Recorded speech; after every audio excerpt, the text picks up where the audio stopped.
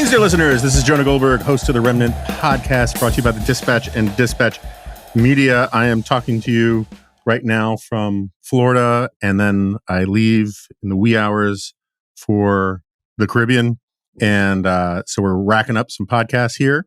And so I don't know when this will air, but in the next week or so. So we were in that spirit, we decided to lean into our comparative advantage and do some hardcore rank eggheadery. And in that great spirit, my colleague from the American Enterprise Institute, Kevin Kosar, has joined me. Kevin studies Congress, the administrative state, and why we can't have nice things at AEI. And he also wrote the intro to a new book, or a reissue of a book called Government Project, which the great late Ed Banfield wrote many moons ago. So we're going to talk a little bit about Ed Banfield and, maybe a lot about Ed Banfield and maybe some wider areas of institutional dysfunction in America today. So, Kevin, thanks for coming back. Jonah, thanks for having me on. When I came to AEI in the early 90s, Ed Banfield, I don't think I ever laid eyes on him. I think he died in 99. But he was just one of those names from the sort of Mount Rushmore of AEI lore, public interest lore. But I think he's kind of largely forgotten, except among probably political scientists of a certain bent or a certain specialty today. So, like, who was he? If a normal person asked you, who was Ed Banfield, and why'd you do, and why'd we reissue this lesser known of, it's not the most famous of his books, which we can talk about in a second, but why this book and why now? Yeah, okay. So who was Ed Banfield? He was a guy born in 1916 up in Connecticut. He was, humble stock. And he rose all the way up to be a professor at Harvard and a huge voice in public policy, particularly social policy, dealing with poverty, dealing with housing, dealing with crime, dealing with education, those sorts of things. And he was a really controversial one because he spent a lot of his career doing heavy research and looking at the various things being proposed by the left, the academic left in the 1960s, and the various people in power, LBJ and the like, and waving his hands and explaining to them that this is probably not going to work out for the better, and that it actually might, in instances, make things worse, which made him hugely controversial and also got him canceled by students. So, yeah, Ed wrote a lot of books on public policy issues, and as you say, sadly, he's one of these guys who has slipped off the syllabus, and I fear is disappearing from memory. I read big chunks of Unheavenly City a very long time ago when I was doing my due diligence of becoming an AEI nerd in the 90s. And I read a bunch of his essays because we put out some of his essay books. But the only book I've read of his in recent past, about 10 years ago, was it The Moral Basis of a Backward Society, which was this great short book, hugely influential, and which he wrote with his wife about some really crappy backward town in Italy and why it was so dysfunctional. And he introduced the term amoral familialism to things, which I've often used to describe American various aspects of tribalism, including, I think the first time I wrote about it was in a piece for National Review about biker gangs. So what is Government Project about? It's one of those things that I now know because I was prepping for the show, but it was not one of the ones that was on my list of sort of Banfield or AI classics kind of thing. Well, I should first say that the book is basically a reworking of his dissertation at the University of Chicago. Ed was a guy who did a 4-year degree in English, and then he went out and started working for the government writing PR. He was working for the Timber Salvage Administration, and then he moved over to the Farm Security Administration, and he would write press releases and try to convince folks that, the various things that were being done were wonderful. He was an ardent New Dealer, but then in the course of working for the Farm Security Administration, he got a chance to check out this government project, which was a cooperative farm set up by the government out in Arizona.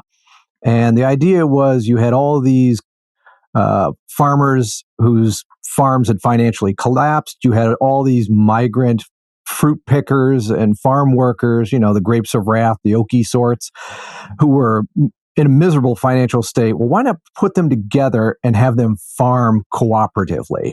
They could all have a share in the farm, and they could have an element of self-governance in the farm. And that was the government project out there. And Ed took a close look at it and was initially excited by it. But in its 7th year, right when it was on the verge of continued financial success, the farm collapsed. And it was a shock to the policy people back in Washington, D.C., because, frankly, the settlers on the farm, they had never had it better.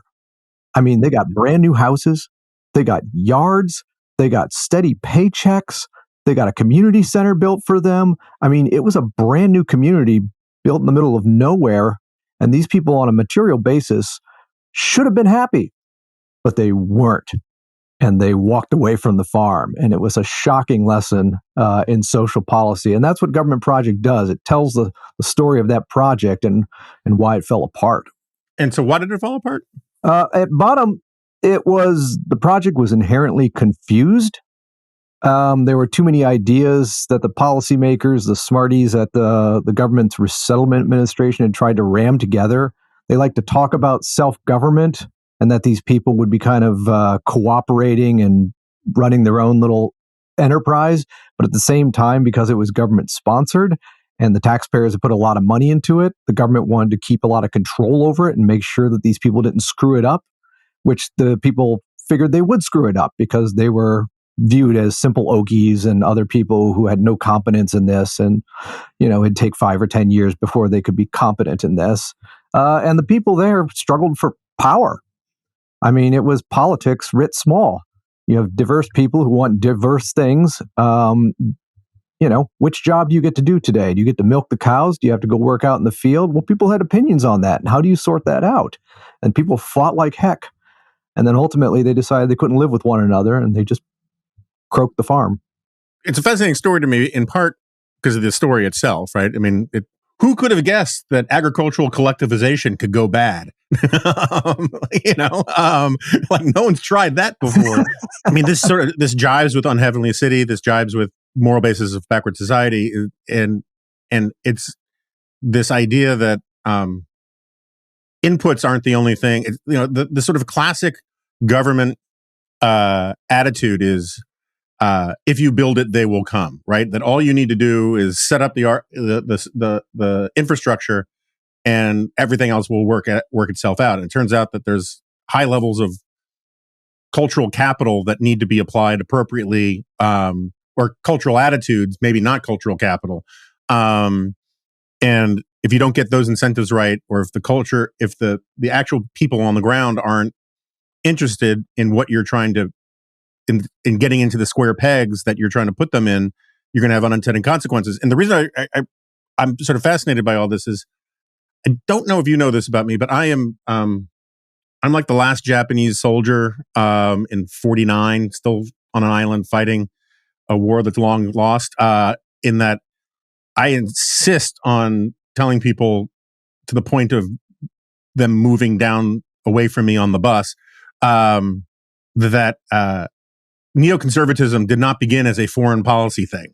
That neoconservatism was fundamentally about people, former liberals of good standing, liberals, leftists, mainstream Democrats, that kind of thing, of good standing, who began an intellectual migration, quote unquote, rightward, when they came to the realization that government projects, that government meliorism led to unintended consequences. These are the people who looked at the limits of social policy and the limits of social science, and, as Irving Kristol would put it, were mugged by reality. And the first generation of them is generally assumed to be people who responded to the Great Society. But Banfield is one of these guys who was sort of neocon ahead of his time because he was responding to the New Deal.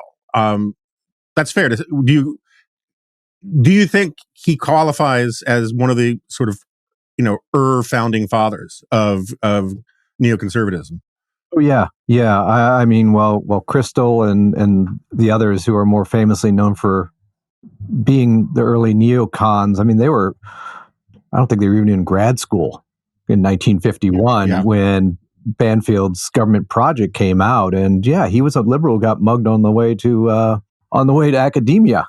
And by what he saw out there, and like the later neocons who would come, his conversion was based upon evidence and analysis.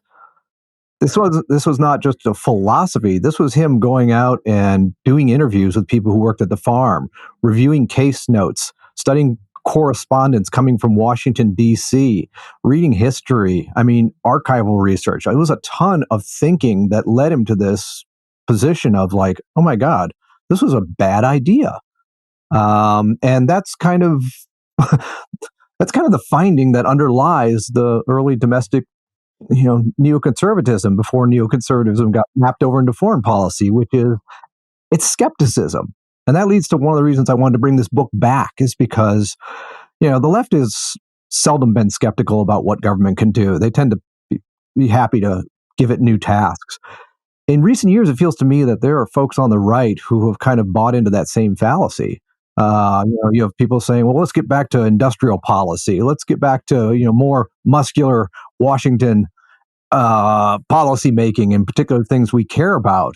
And that skepticism, I think, is really important. It's one forgotten. Yeah, I mean, it's a Remnant podcast bingo card item to point out that when Friedrich Hayek talked about the knowledge problem, he wasn't just talking about left-wingers. He was talking about the problems with planning per se, right? And like, just because you're an ultramontane Catholic or a neo-nationalist or something like that, it doesn't make you any better at figuring out what the right price of widgets are in a continental economy, in our global economy. And I see it all over the place. The sort of new right types just simply think, oh no, but industrial policy can work. It's just those guys were bad at it. We'll be really good at it. And that's like the most small c unconservative thing, is to think that the laws of unintended consequences don't apply to you because your motives are better. Yeah. And, that's where government project is really the seed from which Banfield's entire history of scholarship began, which is the recognition that public policy, no matter what policy you're making, involves planning and coordination. And on paper, those things seem pretty straightforward, but in fact, they're fantastically difficult to pull off. And they often just don't work because ultimately you're involving human beings who are partial, who are limited in their knowledge, who have their own interests, who can be quite cussed. Just because you say you should follow this rule or execute a task this way doesn't mean they're going to do it that way. In the government project thing, on this collectivized farm thing, the only examples I'm aware of collectivized agriculture that have worked over time, and they've run into their own problems, but were kibbutzes or kibbutzim in Israel, right? And I guess, I mean, there's some hippie communes, but I think most of them are gone now. I don't know. I'm sure there are some out there, but they don't seem to last more than one generation. What do you think the difference is, or what would you think Banfield would say the difference is between what would make for a successful collectivized agriculture versus unsuccessful? Well, you have to have people who understand cooperation and want to do it. And that seems pretty straightforward, but that was lost upon the people who were directing this enterprise. They took people who pretty much either had previously owned their own farms and thought the best thing in life is to have your own farm, or they took migrants who never had their own farm, but God, they sure wanted to have their own because that would have been making it in America. And they threw them together on this, this kibbutz type thing, and kind of assumed that they would just eventually be educated by the experience into liking living this way and to being cooperative and deferential towards one another. And that was just an errant supposition. The cultural capital and the kind of cultural perspectives on what they thought was valuable and worth doing just didn't fit. And so that would be a key thing. If you're going to do any sort of cooperative enterprise, I mean, people have to be schooled up on what it means. And it's not as obvious as it seems. It doesn't mean just be nice and help others out. Like, there's really hard questions. I live in a cooperative here in Washington, D.C., not a economic one, but a residential one of those high-rise buildings. I mean, these people are all my neighbors are almost all white collar. Almost all of them are highly educated, have worked in politics or some governance-related thing. You would think they are the absolute perfect people to live in a cooperative. Even so, fighting, misunderstanding, it's replete because it's a very difficult thing to pull off. You can't sit around and have everybody vote on every decision of the organization every day. So you have to kick some of those to a manager. Well, who's going to be the boss of the manager? And where does the management lines of responsibility end? And where do kind of the people who live there's responsibilities begin? And the government project thing was all the more complicated because it wasn't just a residence. It was an economic enterprise. They were earning their money from it. So it's like all the more reason for people to fight with each other. So it's tough. I mean, that's a pretty good but partial explanation of the iron law of oligarchy, right? Yep. Which was Michel's argument that even in he was studying the social democratic political party, and he said, look, eventually you're going to have somebody or somebodies, some individual or small group of individuals with informational advantage who are going to have to be making decisions, and that's unavoidable in any organization of scale. And that's not necessarily bad. You just need to know that's true, and then make and plan accordingly about what processes and stuff you're going to have. But if you let it happen unintendedly, you're going to get a lot of fighting, right? Because who are you to say to make these decisions, right? You need rules about who's going to make the decisions and how you can appeal to the decisions. And if you don't have an organizational plan for how you do that, the organization is going to fall apart. Yeah. And in particular, if you're talking about running an enterprise, economic, or I suppose even residential, there are some topics that are inherently technical and require expertise.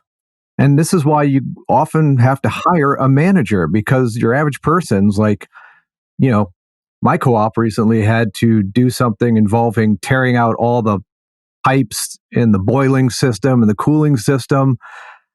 I got a PhD, but I could not meaningfully participate in that conversation about whether the new system they were proposing, it was going to be the better system. I just had to defer to the management on that.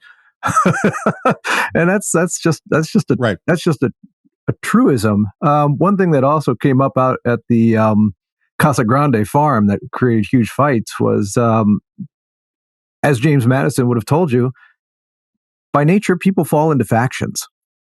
Birds of a feather cluster together, groups form, and their interests are often antagonistic. Same thing happened there. There were some people who were very deferential to the government's direction of the farm, and there were others who are like, wait a minute, this is a cooperative. Aren't we supposed to be in charge? They keep telling us that this is our farm. And so they tried to make decisions and often found themselves butting heads with their fellow farmers and with the government itself. All right, so for listeners who don't know, I think easily Banfield's most controversial book was The Unheavenly City, which came out, I want to say 1970. It was a huge bestseller, and I really don't like the phrase cancel culture, but to the extent we use that phrase as part of the vernacular, he was like one of the first guys to get canceled, right? I mean, he was basically hounded out of his classroom at University of Chicago. Why don't you tell us what was so controversial about that book and how it connects to government project? Yeah, one of the insights that Banfield had when he visited the farm in Arizona is that different people have kind of different time horizons. There are some people who are kind of very short term in their look. They think about today and they don't think much about tomorrow. And then there are others who think long, long into the future. We all know people who are not saving for retirement. We know others who, like when they were 25 years old, set up an IRA. We know some people kind of live for the moment. We know others are always kind of playing a really long game. Well, he saw that there. And he also, when he later started looking at cities and their problems, crime, kids dropping out, that sort of stuff, is that people have different time horizons.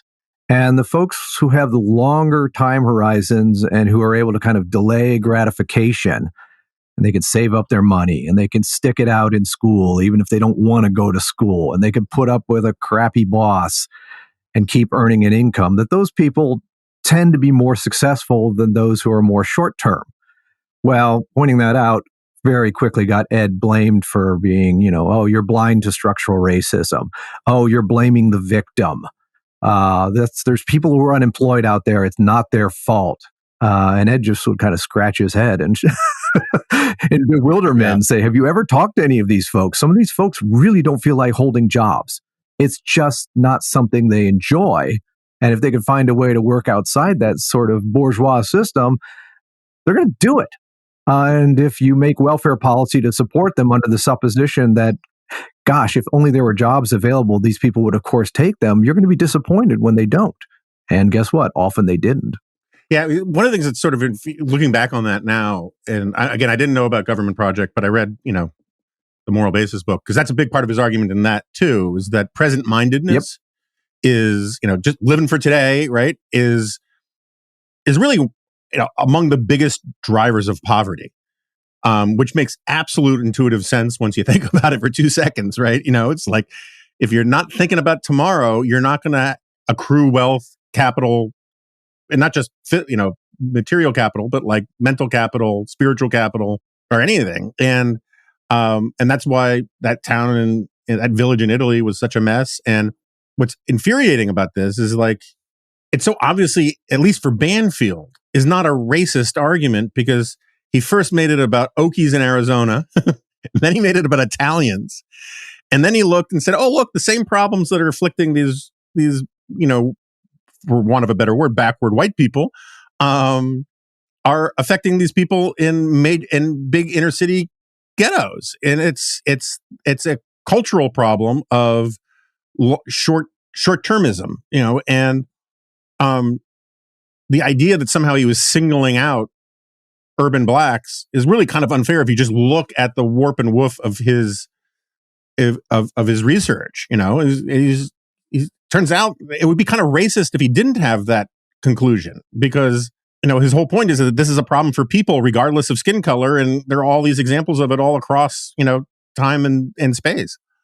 Yeah. I mean, he would have been the first to point out to you that one of the centuries old kind of characters in novels is the wealthy wastrel. This is the kid who's born into money and never wants to lift a finger, wants to get blasted on liquor every night and go out and play gamble and cards and that sort of stuff, and drives his father crazy. I mean, one of John Adams' sons was in that sort of camp. The wastrel is Hunter Biden, sort of in that camp. Wastrels, they don't know class. The thing is the wastrel who's born to a rich person can often get bailed out by daddy and mommy, whereas the person who's short term and lives in poverty, the consequences are often a whole lot worse. So yeah, and Ed also pointed out in the Unheavenly City that a lot of the kind of well-minded interventions that have been pushed by some of the smartest people in America on the political left in academia had really disastrous consequences. He wrote a couple early books on housing policy. And, right after World War II, we had this urban renewal moment where the government decided that, people deserve better housing, and a lot of this housing stock out there is inadequate, which, to be sure, yeah, there were people who didn't have toilets who lived in Washington, D.C., like in the city. Mm-hmm. But their response to it was to just get out the bulldozers, bulldoze these neighborhoods, and then take these people and, pack them off to another part of town and put them in high-rise projects. And while it looked rational to them, they were solving the housing problem. It created all sorts of other problems. And, within 10, 15 years, we started seeing these housing projects being demolished because they were just so bad. Yeah. I mean, there's a reverse version of that story, though, in so far as, because I'm a big believer, what do they say in AA? That the last thing you want to do is go back to the neighborhoods you used to be, the relationships and the surroundings that you used to be in, because it just reminds you so much of your past bad habits. I remember after Katrina, a whole bunch of families from really poor parts of New Orleans were, with help from the government, but they moved to Houston. And the outcomes for a lot of them, at least this is a long time ago now, I haven't done any follow-ups on it, but I remember, the outcomes were actually really good for some of them because they got out of the kind of neighborhoods that Banfield would say, are stuck in this cultural rut of presentism, and it expanded their time horizons. And there's an argument to be made for helping people get out of communities that aren't working for them, whether it's Banfield said the rest of Italy was doing fine. It's just like sometimes you get these places that have their own rut of a milieu that they can't get out of, and so the solution is to get out of it. Is just to physically leave. And I'm not for a population policy of moving people around, but like our colleague, Michael Strain, has made the point that one of the things we could do is help people move out of areas where there are no jobs, give them vouchers for transportation and that kind of thing. And that's a better way of helping people than trying to do the if you build it, they will come model of economic development. Oh yeah, absolutely. I mean, some urban areas are kind of just a city version of the holler, and they are kind of caught in their own little cultural bubble, which is frequently not a healthy one. And certainly, dispersing people does have the potential to improve their lives, but like anything else, it has to be done right. And with the housing projects, right, you might take some families who were on a small city block, they have 20 or 50 neighbors all told, and then you shove them in a building where there are 500 families, and all of whom come from situations that are not particularly functional frequently, and you're concentrating it. And little things. I mean, the ability to have a mailman walk by, a beat cop walk by. Those things are disrupted when you take people who are living, in two-story homes on a street and then shove them into a huge building. And moreover, the reality of the urban real estate market, which is something Ed pointed out, is that if you want to build these big projects, you're probably going to have to site them on the crappiest land. And so that would mean the edges of the city, which is often farthest away from the jobs. And you're pushing people to the margins, literally, because that's just the economic reality. I mean, think about New York City, some of the projects that were built, they were shoving people way out to the very edge of Brooklyn. Yeah. There's also, I remember my brother used to tell me that some of those projects, the contracts to build them were the same contractors that built some of the prisons and jails. And so the construction materials and designs, people noticed that they were basically built kind of the same way. And it sort of lent this sort of, it lent itself quite easily to various conspiracy theories about like what the purposes of the projects were and that kind of thing. And it was also just really dehumanizing, the whole just sort of gestalt of those mass projects, which, what was the one in Baltimore it was Chicago, Cabrini Green. Yeah. I think that was where we first heard about urban no-go zones or stuff where like the post office refused to even send people to, I don't know if that was an urban myth or not, but they were clearly disasters in terms of actually trying to help the poor. Yeah. I mean, you can understand, for example, that, the people who are charged with building these things, the housing authorities and like, might reason to themselves, well, we need to do this and try to watch the amount of money we spend. So we should build everybody's home to look exactly alike. And, we want to get durability out of this because we don't have to repair these things. And, some of these folks can be a little bit rough. So, the strongest material out there is concrete. Let's use a lot of concrete in it. So these very small rational decisions from the perspective of the housing authority, can add up to a structure that is just hideous and unpleasant to the person who actually lives there. And so, that's one of the things that Banfield tried to emphasize is that, there's no kind of shared rational view of what the perfect solution to a situation is. Everybody's going to be partial. And that's why making public policy and making it well is just so darn hard, because your view of what looks successful is not necessarily what the view of somebody else is. How did you get to be such a Banfield groupie? I mean, like, if you had asked me, sort of all other things being equal, which scholar was likely to set up an edbanfield.com website, I'm not sure you would be the person I would pick first as the guy who would be doing that. But not there's anything wrong with it. I highly applaud and encourage intense geekery on these kinds of things. But like, we wouldn't have been the guy. I mean, I would have pegged Continetti or Yuval or someone like that. What got you? What turned you into such a Banfield stan? Two things, and it was happenstance. First thing is, I was in graduate school at NYU long, long ago, and I was working on a dissertation on the politics and policy of K through 12th grade education, and trying to figure out, whether the federal government kind of got into that business, particularly heavy in the 60s. So I was reading a lot of stuff about education and children and poverty and cultural deprivation and all this sort of stuff, primarily stuff that had been written by folks who, were on the left and supported the Great Society. And I had one of my dissertation advisors, a guy named Joseph Vitariti, who actually worked in New York City's school system at one point in his life. He said to me, as he was reading my work, he's like, "Yeah, you might want to read Ed Banfield's The Unheavenly City, because it's probably going to make you think about these things a little bit more." So I went and got a used copy of it, and I started reading it, and I found myself infuriated because he was tearing up my priors.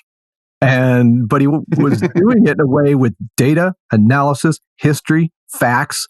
It was very frustrating, but I couldn't dismiss what he said, and I couldn't refute in many cases. So I'm reading this book and, baffled by this guy I'd never heard of. And at the same time, I started dating this girl.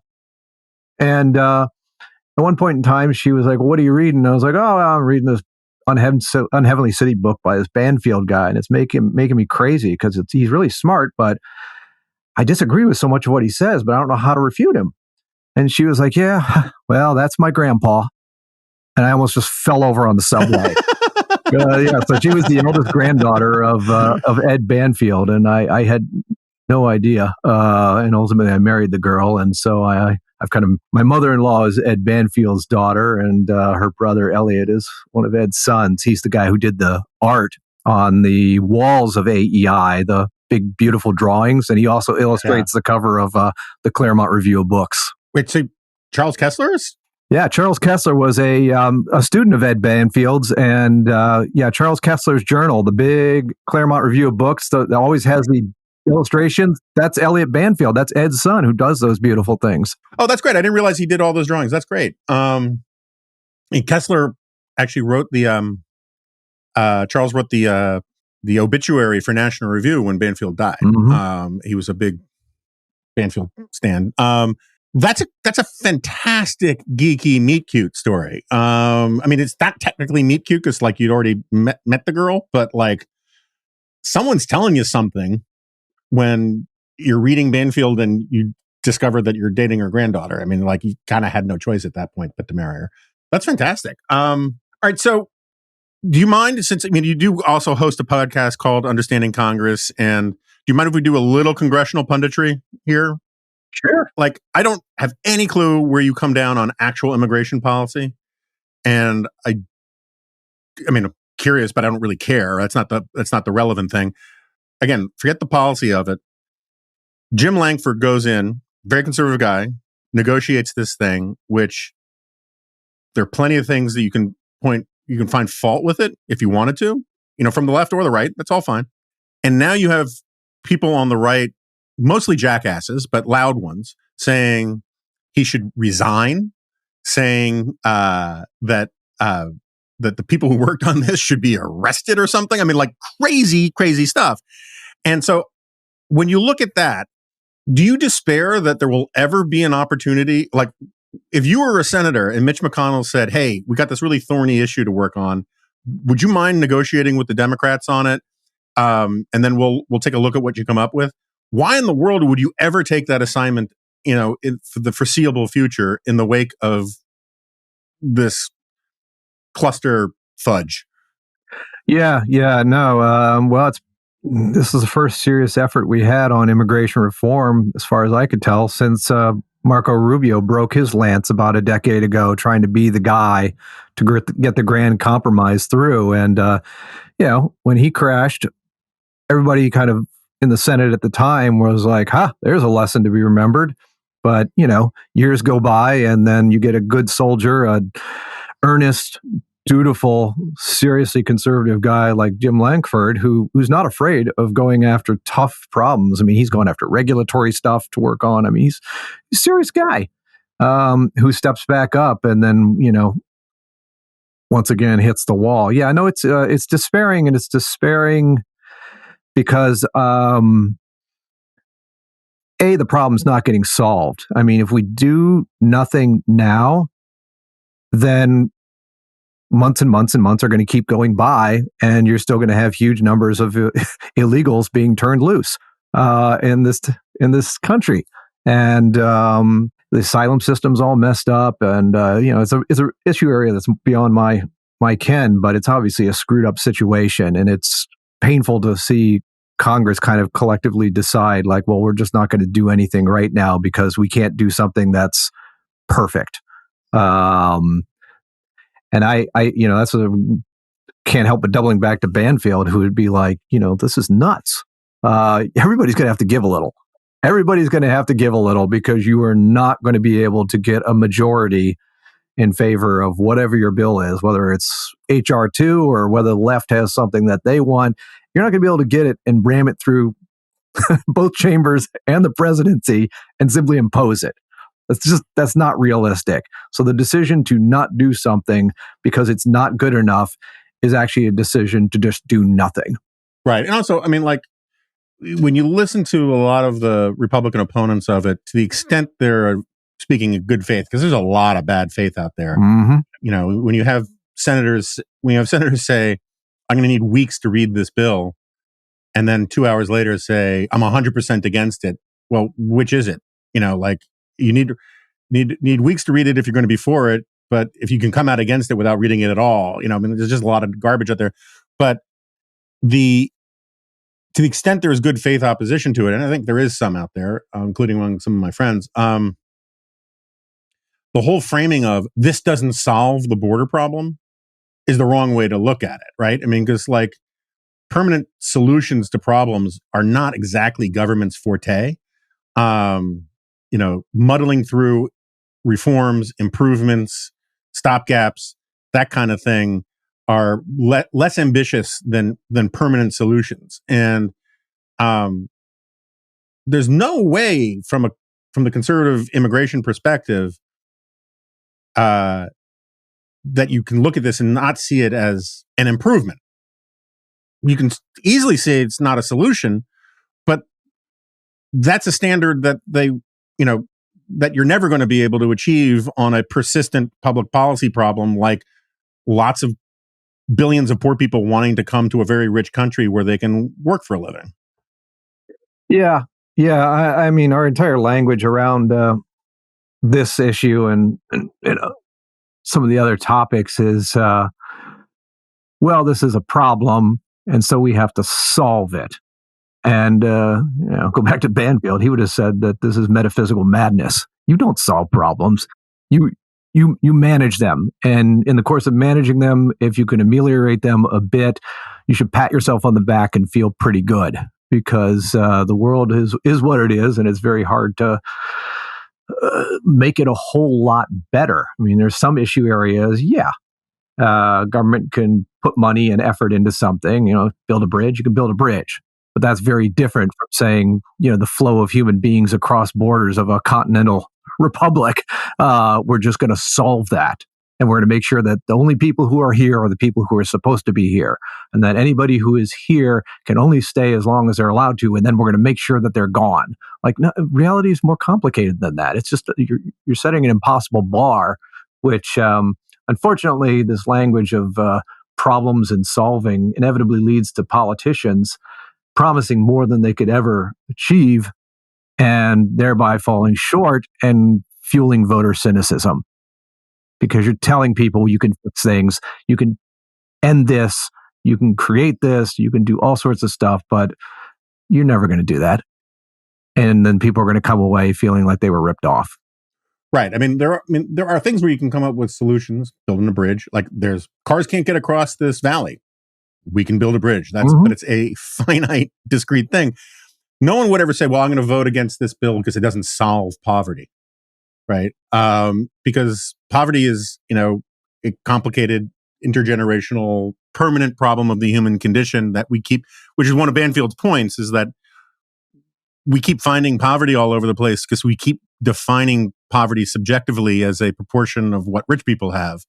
And, like, by that sense, the poorest 10% are always going to be poor in any society ever because they're the bottom 10%. But like, if you define poverty as an absolute criteria, an objective criteria, this many calories, this kind of shelter, that kind of thing, we don't have a lot of poor people in this country. Try to tell it to be. Anyway, that's neither here nor there. I'm curious. I recently wrote a column about the recent Supreme Court cases tackling Chevron deference. And it hadn't really occurred to me before that part of the problem with the Chevron stuff is that it is another facet of disempowering Congress, that it incentivizes Congress to write ambiguous laws, and then the responsibility for implementing them falls either on the bureaucracy, the administrative state, or on the court. I'm just kind of curious, where do you come down on that stuff? Because this is sort of your ballywick. If you were going to impose snap your fingers and you got 2 or 3 reforms that would get the incentives back to having Congress actually take its job seriously, what would they be? I think one would be to come up with something similar to the so-called REINS Act, so that on regulations that are really massive, that have huge costs or potential benefits, that Congress should be forced to put them on the agenda and vote on them.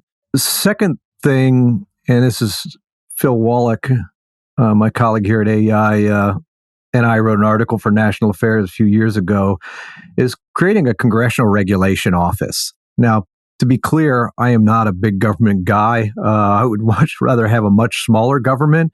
But right now, we've got an executive branch that's just got an army of people and agencies that can produce regulations. And they've got experts who will make these complicated arguments and calculations about why this regulation is valuable. Congress just doesn't have that equipment. And so it can't even meaningfully participate in those conversations. So having something similar to the Congressional Budget Office, which was created as a counterpart to the executive branch's Office of Management and Budget, we think that would be a good idea, because that would mean legislators could say, hey, Department of Transportation says this new rule is going to do wonders for society. Is it? And then you got your own geeks running the numbers and saying, yeah, or no, not really. And then Congress can act meaningfully, because right now it's unfortunate. You got the executive branch just does its regulatory stuff. And then occasionally you have members of Congress kind of sitting on the sideline hooting about it and complaining about it. But so what? The machine runs on. And the Right. administrative state just keeps doing what it's doing. So if you want Congress to act, you got to empower it, but you also have to have people who see it as their jobs. Your average member of Congress is already so busy and has incentives to do other stuff that expecting them to sit and read through the Code of Federal Regulations and look at the regulatory pipeline and come to decisions is a fantasy.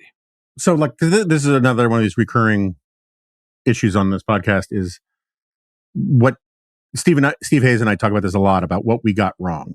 And one of the things is we didn't fully appreciate the desire to get reelected, how strong it really was in terms of in bygone eras. It was kind of the incentive structure politically was you run to the base a little bit in a primary, and then you run to the center to win, a majority, right? And so the alignment of sort of moderating forces in our politics with the desire to get reelected caused a lot of Republicans to be squishier than people like me would have liked, right? It's like, oh, they're selling out, they only care about getting reelected, and that's why they're moderating.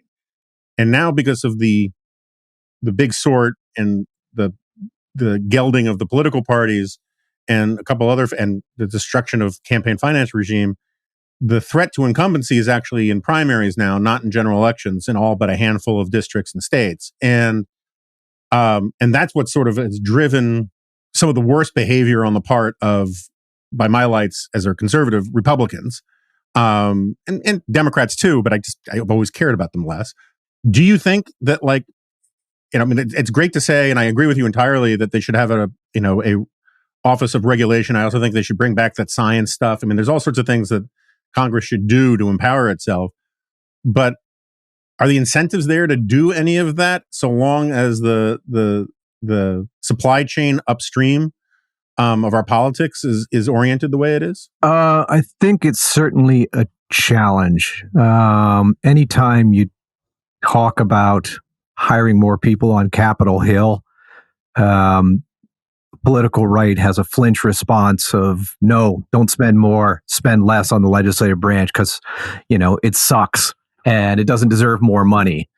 And, that's a long-term kind of educational effort I and others have been working on to get them to see that, you're cutting off your nose to spite your face. And moreover, if you really are worried about the administrative state, then you're going to think more like James Madison. Like, that's a branch, it's power hungry. Well, you're a branch. Think in terms of that and fight back. And the question is, how are you going to fight back? If you want to abolish a bunch of executive agencies so that they can't make regulations, go for it. That's not easy, but you can go for that. But in the meantime, you need help.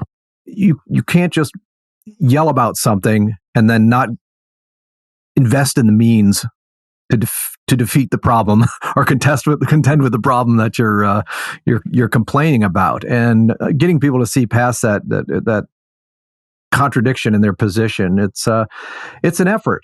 It's an effort, but we've gone in 6-7 years of talking about Congressional Regulation Office, from nobody talking about it to, GAO did a study on it. The House Committee on the Modernization of Congress has, had conversations about it.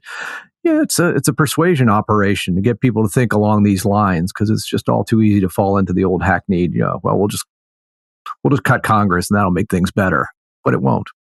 All right. Kevin Kosar, thank you so much for doing this. What is the actual URL for your Banfield Palooza website?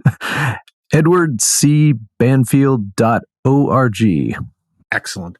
And the book, which was reissued by AI again, is Government Project by Edward C. Banfield. And thanks for doing this. Hey, thanks for having me on.